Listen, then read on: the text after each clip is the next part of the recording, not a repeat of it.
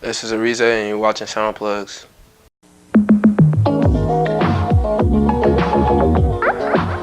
So I came to America, I think it was 2006, sometime in August or whatever. So I remember being young and coming to and just really listening to music because I remember 98.5 used to play all the old stuff or whatever. And I don't know, like just rap and stuff like that. I was just like, okay, this is low key badass. Like it's just like I didn't know what they were talking about, but I was like, okay, this is nice. Like they playing what they were. It's like this is kind of cool or whatever. And I remember watching Naruto and Killer B, one of the only black characters in Naruto. He would rap his ass off all the time. I remember watching the subtitle, like, yeah, this is badass. This is something I want to do. So I remember my first rap. I was like 6 or 5 on one of those. I remember I wrote. It was like a 1 bar. It was trash as fuck. It was like, uh, I'm the killer bee. Y'all niggas know about me. And I thought I was the shit. I got some fucking tape. And I posted that bitch on my wall, nigga, for like 2, 3 months. I was like, hell yeah. Like, every day I wake up, like, going to first grade, like, yeah, nigga, y'all niggas know about me. I'm the killer bee type shit, you know? But after a while, I mean, as I started going, like, getting older and stuff like that, I really like rock music. I want to be a rock star. I was really into rock. I went through all my little phases, but when I really picked up rap, I'd probably say 6th grade. When the drill scene came, like I was like Chief Keef, Lil J, FBG, Ducknam. I really started getting into a lot of that. But at the same time, I still balanced it. Like that was when Odd Future and them were really coming out. So, I would say my influences, Kid Cudi, Tyler the Creator, Earl Sweatshirt, Flying Lotus. Who else? Young Draco, that boy Soldier Boy. Motherfucking Young Draco. Who else? No, cause he put a lot of y'all niggas on. Let's not forget. But motherfucking Soldier Boy. I don't know. I think I'm probably missing some off the top. Really, let me see.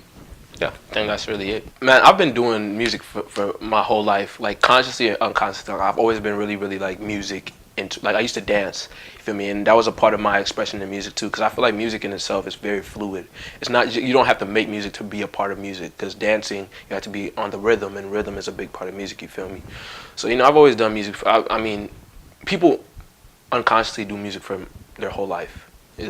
But when I started really putting my thoughts, and putting my art into sort of words and semantics and stuff like that. Shit, that probably had to be in 5th grade. No, it had to be before that, man. I've been doing it little by little, so I've been working more than 2 years. But I would say seriously, yeah, it was the last 2 years, and really what pushed me to do it. Retro was just like, you have all these raps in your phone, and you're not releasing them. And I was thinking like one night, I was just like, this nigga's right. I'm gonna release it. And when I first released Taken, I took that shit down. I was like, nigga, like this shit whack as shit. Like these niggas don't want to hear this nigga crying about some bitch. And then I put it back up, and I was surprised. Like I really got a lot of good feedback, and I was just like, that's crazy, because it's like this is something I've always been very, very insecure about. But that's what it is. I've always been musically inclined.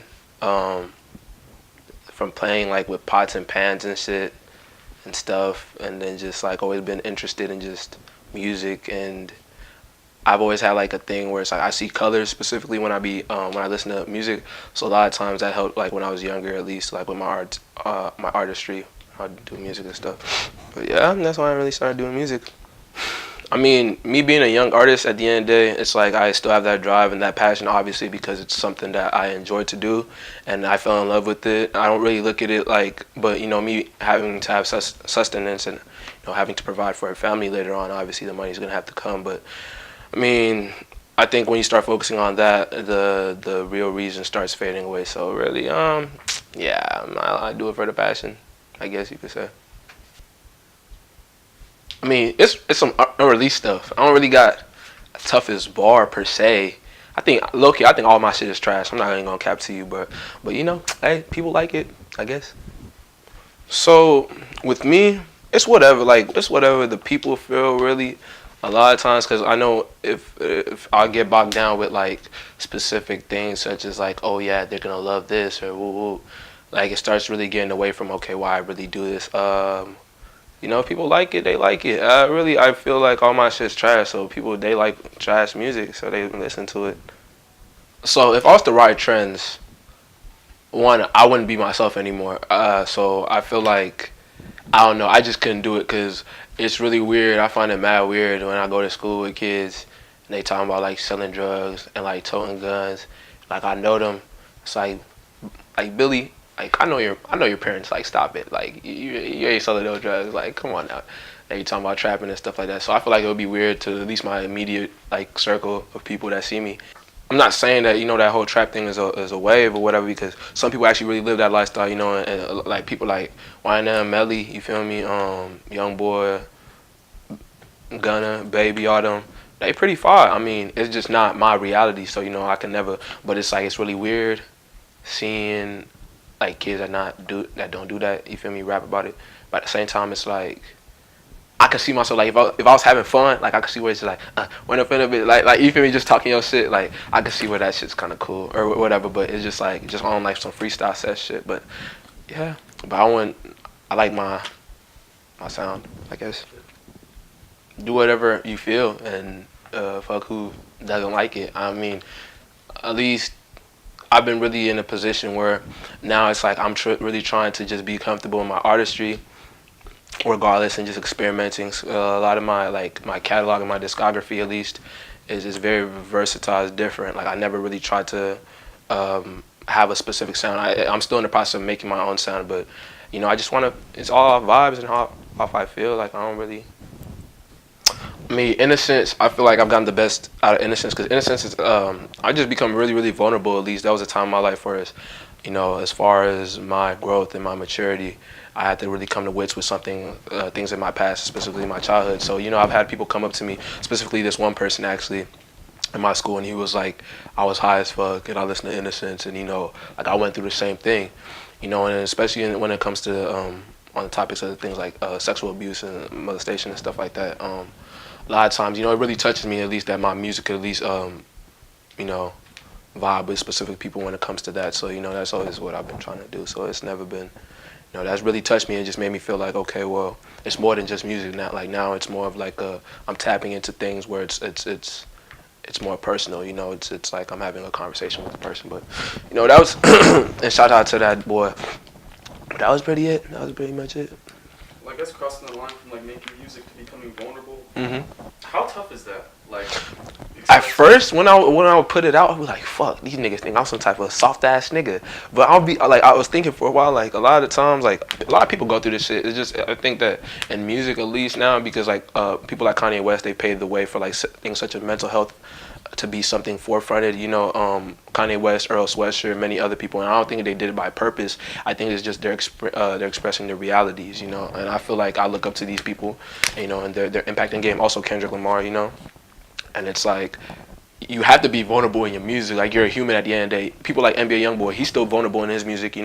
People like Young Thug, Cardi. If you really listen, it's like there's specific songs that every artist has. That's where it's just they're really really vulnerable with their own insecurities and things like that. I think that's what makes people artists, man. Like you would be damn like to find an artist where it's just like, yeah, I'm happy all the time and I don't have my own personal issues. But.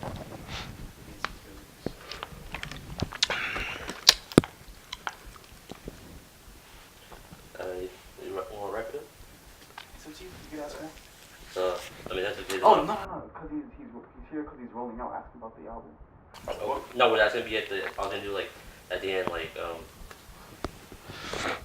make sure to go check out my album and stuff. Or I'll just be like 14 days. I'll talk about it. You want to go into depth of it, or you just want to? I could ask you like. I'll go into depth.